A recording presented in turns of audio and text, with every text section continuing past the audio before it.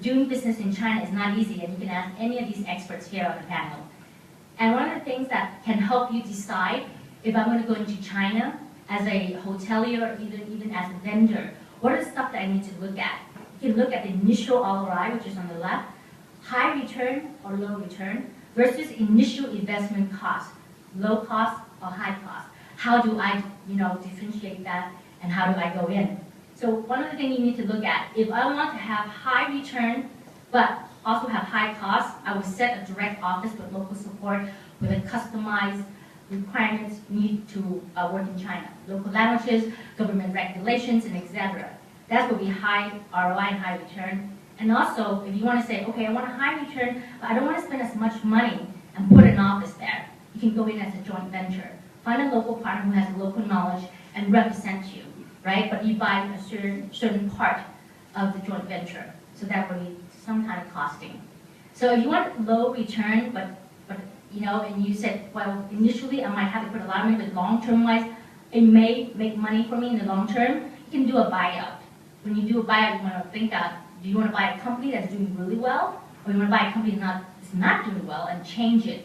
Because when you do a buyout, you have to change the structure, the management process, and also the operation cost.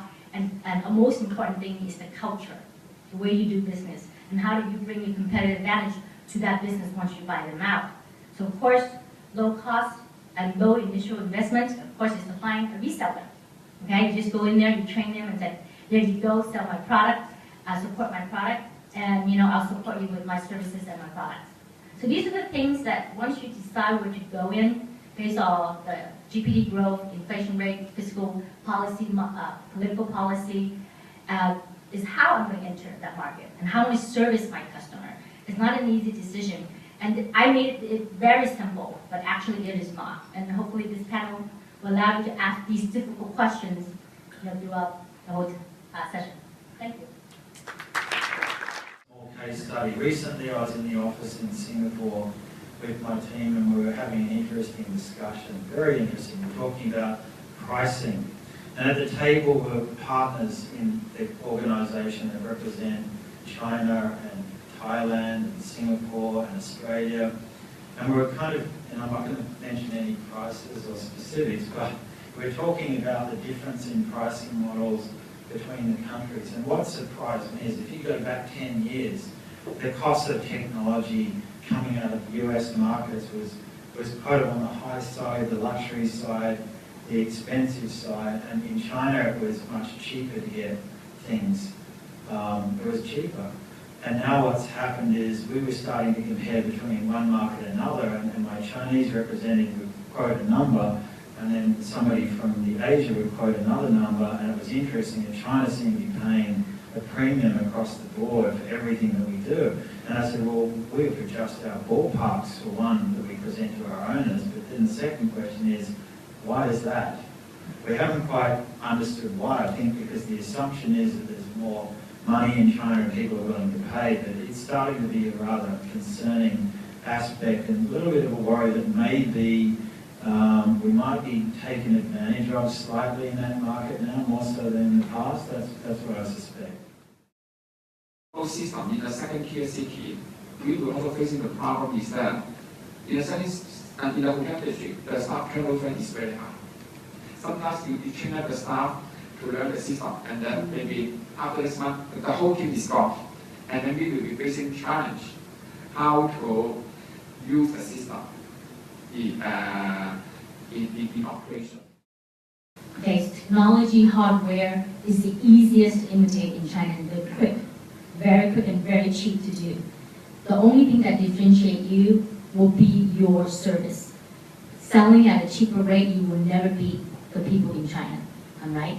So, like Shiji is a very successful case. They don't sell based on price. They allow a lot of services that goes into what they do. And then I know that Jack can vouch for that. He gets approached by thousands of vendors selling at a cheaper rate.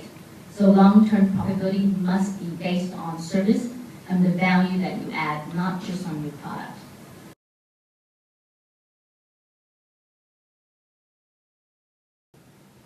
What is, say, HTA? According to statistics, I think majority people here, you may know that globally, there are 60% of the new pipeline, new construction actually here in Asia Pacific. Among that, 60% actually they are in China. So that's why we are here. We are here all for the opportunities, for the business. We are not here just for the gathering, for the drinks, whole night. Last night I was drunk. And the HTA means to me not only about China Hospitality Technology Alliance, but, you never heard about that. Chance hire to Asia. You have more opportunities in Asia, chance hire to Asia.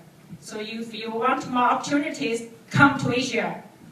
And then the other term is China home target American, which means